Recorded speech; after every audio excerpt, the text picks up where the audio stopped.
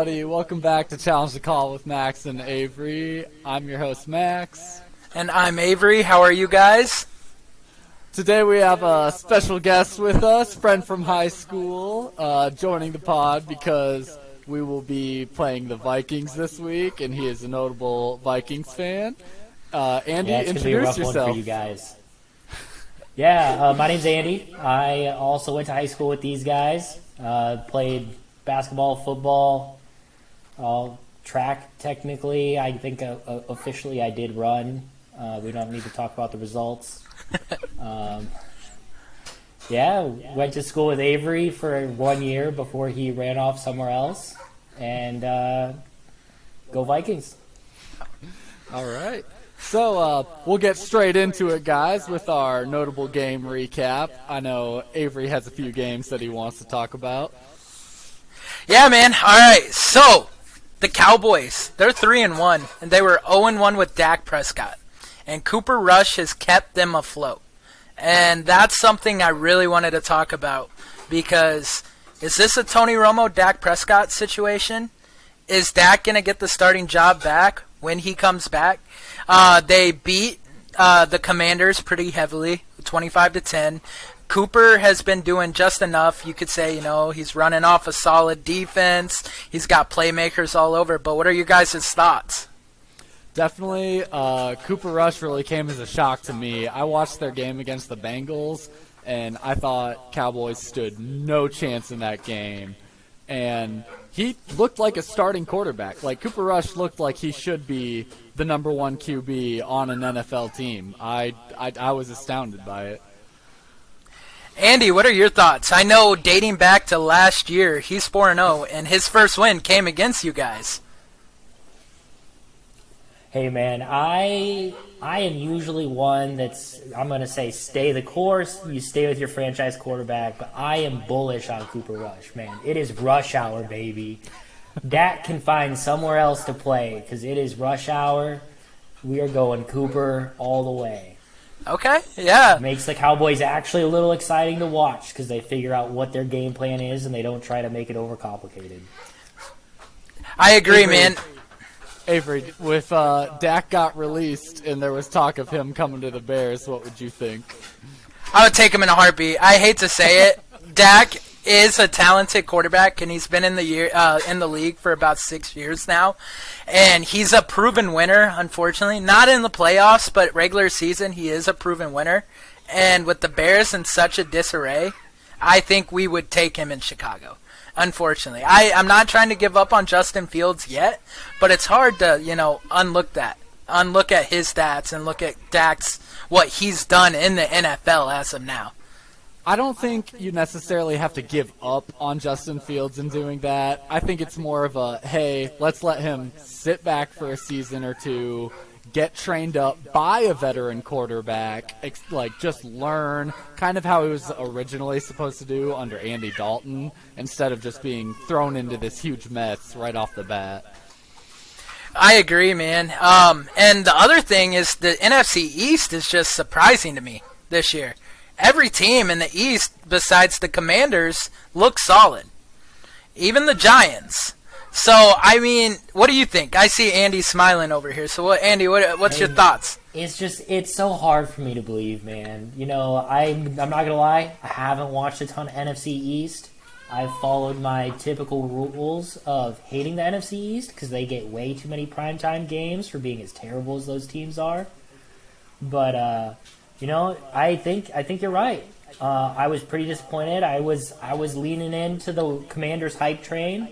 They still don't look like they've got that defense back. Even after a poor year last year, I thought they could recover it, and they haven't. Agreed on the Giants. Was really not expecting them to figure it out. I still think they have a backup level QB starting, but they're doing something. I guess when you got a tank like that in running back, you can have a backup QB. Yeah, and the emergency Saquon Barkley, and we'll get into that with the Bears talk. But yeah, but moving on, Jets Steelers. I've been cheering for Pittsburgh all year because Mitch has been my boy since day one. And the Jets came out and won, and Mitch got benched at half. What are your guys' thoughts on that? Because, man, I'm heartbroken. First of all, just let me say, the Jets beating the Steelers, I would have never seen happening anytime soon. Trust me, I hate the Steelers. Even with Mitch Trubisky, like, I'm a Mitch fan, obviously, love him, but the Steelers as an organization, for some reason, I just have a distaste for. And the Jets, are the Jets low-key good? Are the Steelers just horrible? Like, what's going on there? Yeah, man. Zach Wilson has brought them their mojo. I love Zach Wilson. And, Tom Brady better be careful with divorce rumors. Zach Wilson might be going after Giselle. Who knows? But no, man, I think Zach Wilson is the perfect quarterback for the New York Jets. He fits the New York culture. The players on offense and defense respect the hell out of the guy. And one of the biggest things with this is when you finish in the bottom half of the NFL for 3-4 years, you're going to rack up draft picks. And those draft picks are finally starting to perform. And Breece Hall, he's having a successful year. And he's... Absolutely. So, like, Andy, you got any more on the Jets and Steelers? I really... The Steelers have been right on the edge of falling apart for a couple seasons here. They have. You could see, especially last year, if T.J. Watt was out of the game, they couldn't do anything on offense or defense. And when it comes to the Jets, they've had the talent the last couple of years between free agents and some of these draft picks, and they just haven't been able to put it together.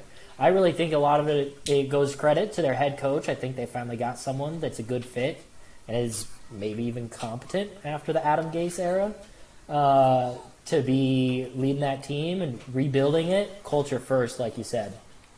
Definitely. Go ahead, Max. All right, it's going to move us along to the next game you wanted to talk about. Bills and Ravens. Bills managed to pull it off with a close game, 23-20. What do you want to talk about with that one? Oh, man. So the Ravens, they were up 20-3 going into the fourth quarter. I can't remember, but it looked like the Bills were going to just get smoked. Lamar's having a career year, which is great because he's on a contract year, and he does deserve the money. I agree. But with this, I think the Bills needed to get hit in the mouth because they can't blow out teams all the time. And I think the Bills just needed to get hit in the mouth and come out and say, okay, this is a little bit of adversity. Let's go and perform and put the ball on Josh Allen's shoulders, and I think he was successful. What are your guys' thoughts? Are you not counting their loss against the Dolphins as a little adversity and a little bit of a slap in the mouth? Because if anything, that's more disrespectful. Like, they lost. Like, that's a punch in the mouth. Like, hey, fuck you. We're going to blow you out. See how that feels. Well, it wasn't really a blowout, and I think it was kind of a ticky-tacky loss anyways. But yeah, I don't know. I would say, they've had a couple rough weeks, and the Bills, they were, Super Bowl favorites, heavy favorites. And now after 2 weeks, it kind of brought them back down to earth. What are your Andy, what are your thoughts on this? I did not get a chance to watch this game. I have been on the Dolphins hype train, so I was watching them instead. But this just seems to me like a classic Harbaugh, almost had it locked up, and then it just kind of crumbled. That kind of seems to be where the Ravens are at, right? They're a dependable top third of the league kind of team, built around a solid defense, dynamic offense, but sometimes things just kind of fall apart, and that's what happened to them in the second half of this game. For sure. Definitely. Anyways, let's get into our main segment, Bear Central. So, Bears last week played in New York against the Giants. Sadly lost 20-12. Avery, how did you feel about that game? Yeah, it was just terrible. Playing in New York We were both 2-1 at that time. I thought, we could look and we could be a 3-1 football team. And it got me a little excited because nobody expects us to be that good this year, and I don't expect us to be that good this year. But I was impressed with Darnell Mooney on the offense side of the ball. He finally stepped up. He finally looked like a true number one receiver. Justin Fields, though, he still was struggling, and I don't know if I put that on the offensive coordinator at that point. The embarrassing thing about this game is Tyrod Taylor and Daniel Jones both got hurt. And Saquon Barkley came in and looked like a more competent quarterback than Justin Fields. What are your guys' thoughts? Because that just pisses me off. I did not get a chance to watch this game because I was at work. I know you were talking about the mess up by Velus Jones Jr. with the muffed punt return, and that broke my heart a little bit, thinking that could have been a time to tie it up, maybe win this one. But I can't say I was super hopeful about it. Giants seem like they're a decent team. We're still 2-2. Not technically a losing record yet. I know it's coming, but holding off as long as we can, that's all I could ask for. Andy, did you watch that game at all? I know. No. It sounds like I missed out on a real barn burner, though. Oh, my God. It was just terrible. Eberflus and Dable, they're both first-year head coaches. So, and you could tell they both made a lot of mistakes on the coaching side. But it's just ugly. And Velus Jones, dropping it, especially Eddie Jackson, kept us up in the game with a pick, and he returned it to the 40, and we couldn't do anything. Cario Santos missed a field goal, and it was just pathetic. It was just pathetic. I hate to say it. I think it's really been some unfortunate circumstances with a player like Fields that has so much upside. It's so important that they get a chance to get settled in at the NFL level and just sit and learn. When you look at some of the best quarterbacks in the league right now, Mahomes here in Kansas City and Rodgers, I guess he's good, whatever, in Green Bay. Those guys got to sit and watch and learn. Same thing with Tom Brady, And there's the success rate for quarterbacks that get brought in after less than a season and a half, it just plummets. And the sad part is you got your new head coach in, and it's not like you can reverse that after he played for most of last season. It would be detrimental at this point to try to bring in a veteran and say, Fields, we're going to sit you for a year. And so you got to make the best with what he is. But at the same time, he's out there just kind of floundering. Definitely. And that's a big thing I always talked about with Fields coming in halfway all of a sudden in the season. And even to now, he's not truly experienced still. If you count from a total game standpoint, he has not played a full season yet to this point. So there is still some, growth. Because when you look at guys like Trevor Lawrence or even Peyton Manning, I know there's a couple others that they did start straight out of college, and their first year was absolutely awful. So I think Justin Fields is still just experiencing that first-year effect of, hey, this is crazy right now. I'm not quite adjusted to this caliber of play yet. I agree. And, at the end of the day, like you guys said, you can't reverse it. He's already starting. You can't reverse it. And that's sad because Justin Fields has so much potential. So much potential. And at the end of the point, I feel like in 4 years or 2 more years, the Bears are going to cut their ties with Justin Fields. We're going to get a rookie. And it's going to be the whole vicious cycle all over again. And he's going to go and perform with another team, and it's just going to be wow, the Bears gave up another quarterback. Look at that. The curse of the Chicago Bears quarterback. I don't even see that outcome happening. I think this is going to be a Jay Cutler situation. You're going to have some middling success. He's going to kind of ride it out, and then eventually you're going to move on because you couldn't reach that bar of the potential he had at the time he was drafted. Yeah, and let's talk about another middling success quarterback in your quarterback, and Kirk Cousins. Absolutely. They just played the Saints last week in London. I love that they're doing the European games now and stuff, trying to get more involvement worldwide of football, because they are fans over there. Like, there are a lot of guys that they love football, same as they do here.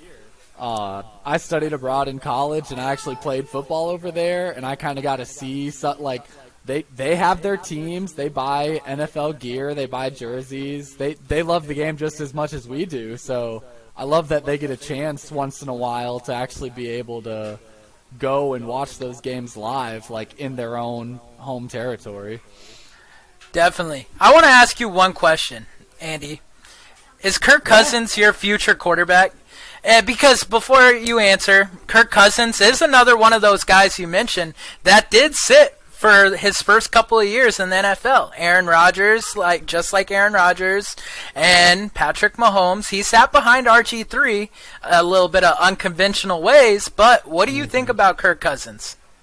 You know, for the first 2 seasons, was avid Kirk Cousins hater. I said we should have saved our money. We should have just kept Case Keenum, keep a game manager.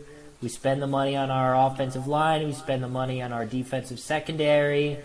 We could win that. Well, and then I realized it's more that I just hated Zimmer. Last season, I was converted. I'm a Cousins believer. I'm not delusional. Kirk Cousins is not a top-tier quarterback. He's more than a game manager. He can step up and make some plays, but if you try to run the entire offense through him, you're not going to get to that top-tier level. I do like the changes we've seen this year, switching from running 40 times a game, it feels like, to being a pass-first team. I think that a lot of people are frustrated with Dalvin Cook's fantasy output this year, but as a Vikings fan, I'm really excited by seeing what we're doing. I agree. For sure. It's easy to be a run-first team with a guy like Dalvin Cook, obviously, but definitely I think in today's day and age, it's a lot easier to get things done pass-wise. Yeah, and, Kevin O'Connell has been a breath of fresh air for you guys, especially with Mike Zimmer. Like, oh my gosh, the last couple of years, did he even want to coach the Vikings? It felt like he didn't. But going on with that, you guys have had an up and down season. You're 3-1. You had a tough loss against the Eagles, and you came out victorious against the Lions and last week against the Saints. And who'd you guys play in week 1? Oh, we blew out the Packers, man. Oh, that's right. And you blew out the Packers. That had to feel good because that's something we can't do. But no, so how do you feel about your season so far? Yeah, I think I had some pretty high hopes. When I moved to Kansas City last year, I joked that if the Vikings couldn't get their shit together last year, that I was going to become a Chiefs fan and just bandwagon. But coming out of... Finally got the prayers answered. We got rid of Zimmer. We got rid of Spielman, our GM, cleaned house, brought in new age guys, made moves to make me actually believe. I thought we were going to be at a point we needed to scrap our roster and rebuild, but we're sitting at a good spot, and I think that this game really exemplified where we're at. It was kind of a summary of our whole season. I think that seeing the score of that Eagles game and how much the wheels fell off in that game is as much a testament to how good the Eagles are as it is to how many things the Vikings still have to work on. Because you also see we destroyed the Packers, and then in the middle of the spectrum you see the Lions game and then the Saints game. It was pretty clear on Sunday morning that the Vikings were the better team the whole way through. We forced several turnovers. We had two possessions with short field that we kicked a field goal when we really should have been able to at least get a touchdown out of one of those. That plus the missed extra point, I mean, that game should have been as close as it was, but we had execution misses, and that's what led to it going down the wire. Definitely. Yeah, and then, we talked about the NFC East, but the North is pretty tough, too, this year. The Vikings, they're looking solid. They're looking like they can give Green Bay a run for the money, winning the division, which unfortunately, I am cheering for the Vikings. I hope you know that. I think they would be cool. Well, I'm a Bears fan. Team at some point this year. Hey, I'm cheering for the Vikings to win the North because I know the Bears can't do it. It's not so much cheering for the Vikings as it is cheering against the Packers. Exactly. Absolutely. And I do like watching the Lions.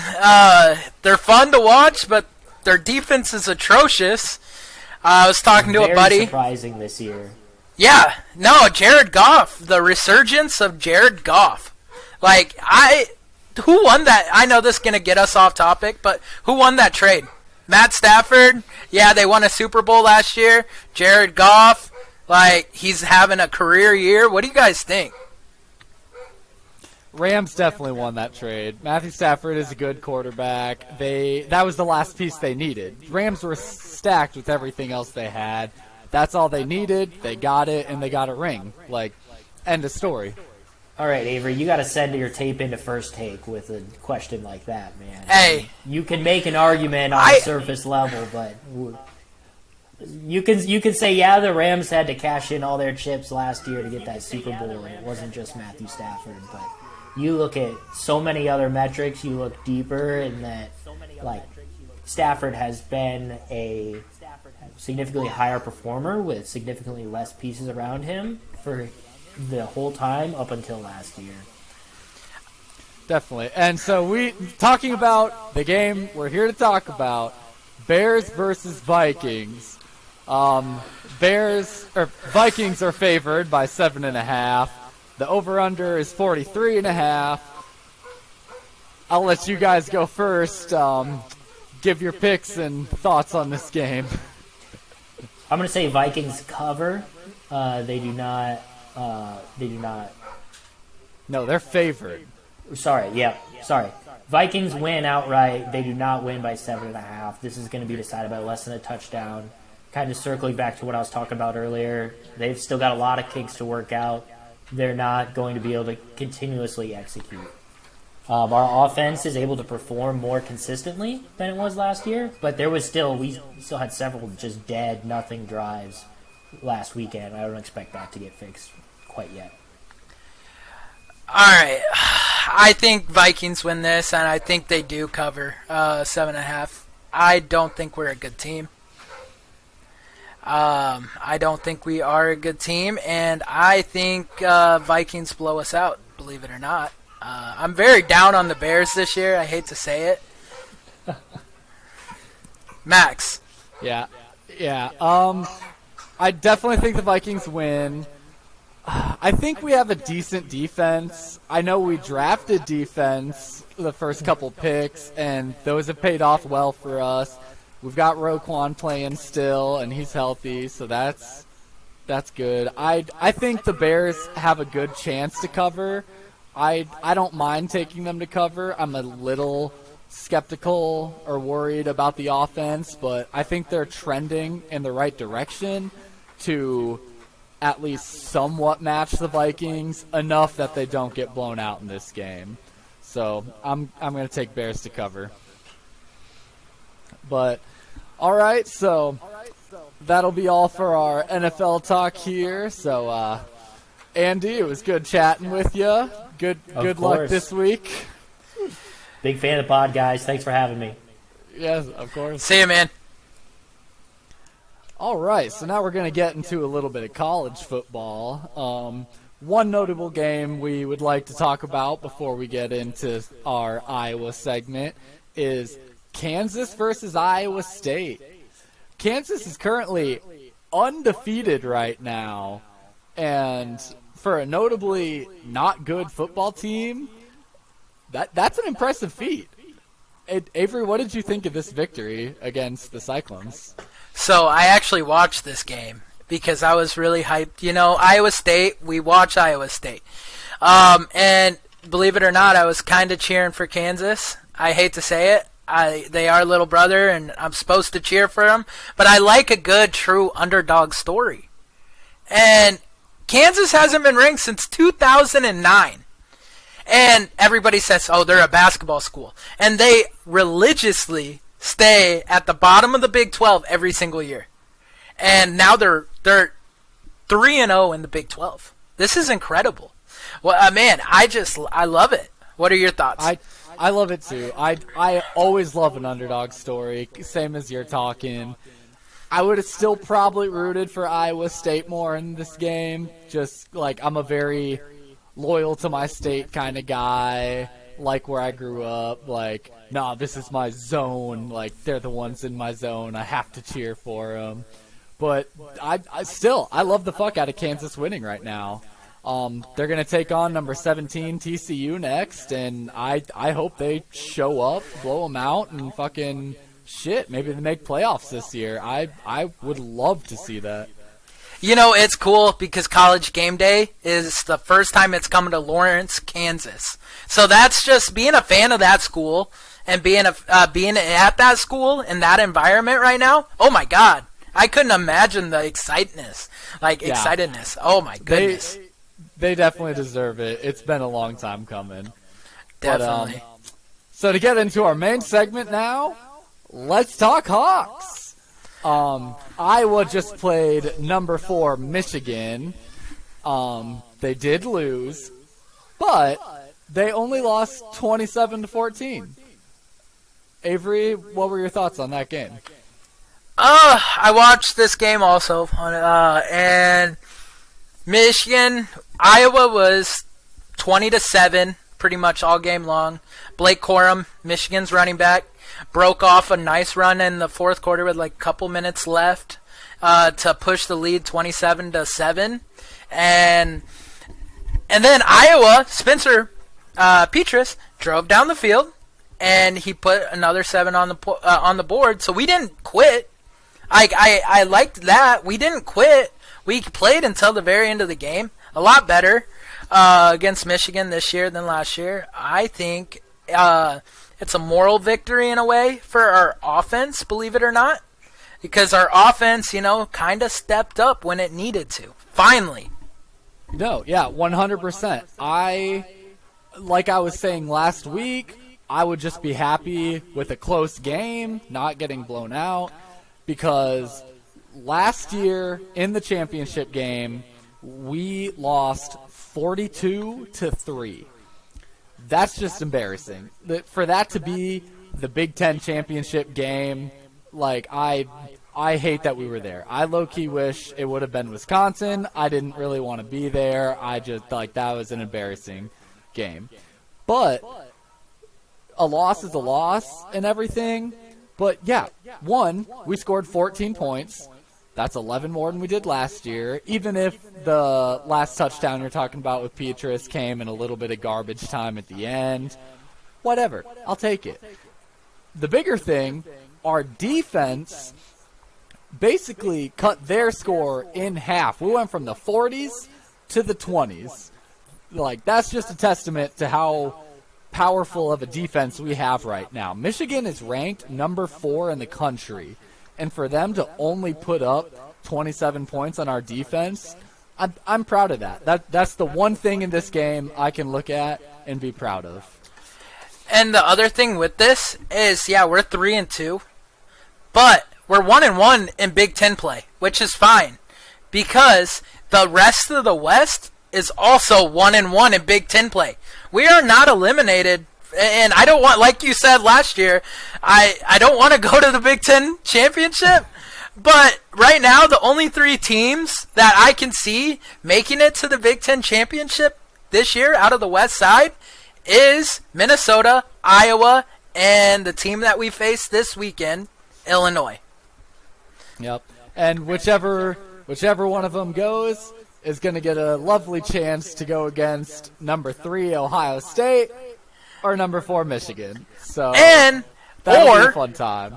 even number 10 Penn State, which is also undefeated right now. So like that east side of the Big Ten is scary. It's scary. Fuck Penn State. I ain't worried Yeah. about him. A team I am questionably a little worried about right now, our next game, Illinois. They beat Wisconsin last week 34-10. Is Illinois good? They're 4-1. Like They beat the brakes off Wisconsin. Like, they beat Wisconsin so bad that Wisconsin fired their head coach. Paul Christ got fired after that game. And he was 67-26 in Wisconsin. I like Illinois. I hate to say it, and if we weren't playing them this week, I'd probably be cheering for them. Because I know you cheer for the Big Ten when we're not playing Big Ten. And I am pretty much similar the same way. I root for everybody in the Big Ten besides the Nebraska Cornhuskers. I will cheer against them any game, anytime. At this point, I just think it's funny when they lose. When I'm watching Nebraska play and they lose, I ain't even mad because it's a joke to me at this point. I know, but no, yeah, man. Illinois has a really good quarterback in Tommy DeVito. He transferred from Syracuse. He played at Syracuse. He's a graduate transfer, and he's got their offense really competent, and it's a run-first offense. Brett Bellamy, their head coach, he played at Iowa, and the funny story about Brett Bellamy is he has actually an Iowa Hawkeye tattoo on his calf, and he's the head coach for Illinois. So that's just a fun fact. But who is winning this game? Who do you got winning this game? So Illinois is favored by 3.5, and shit, Iowa's defense is really good. So, I'm not worried about them putting up 34 on us or anything like that.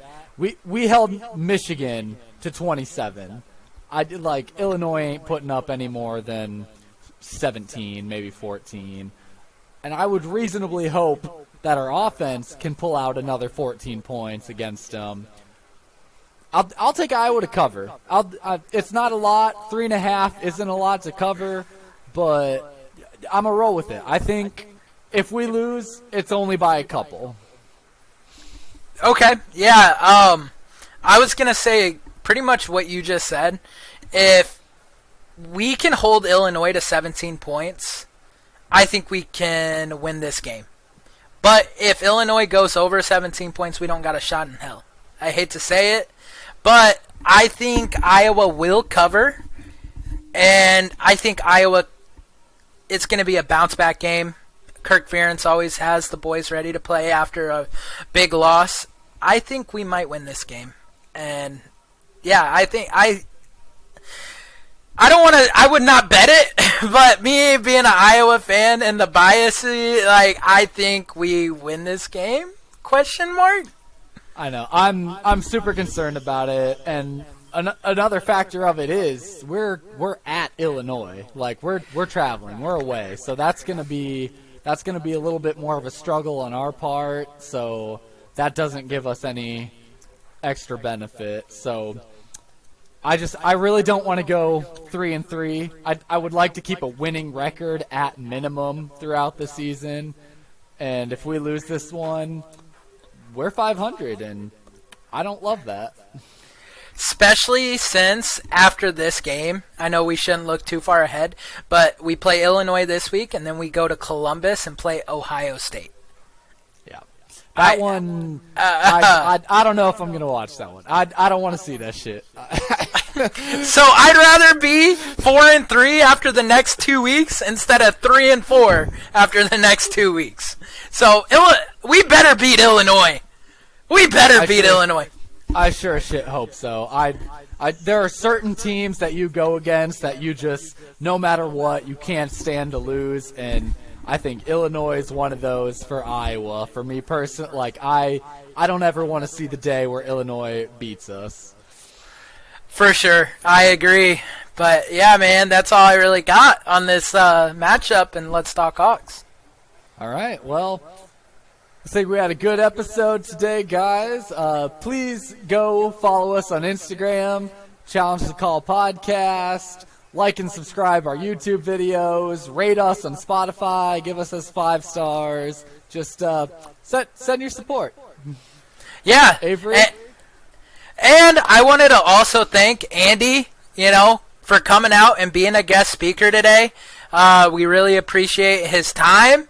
And I really liked his point of views. And it's always fun to have a guest speaker. He did a really good job. I thought he was fantastic. As our very first guest, I think he knocked it out of the ballpark. Definitely. So, further ado,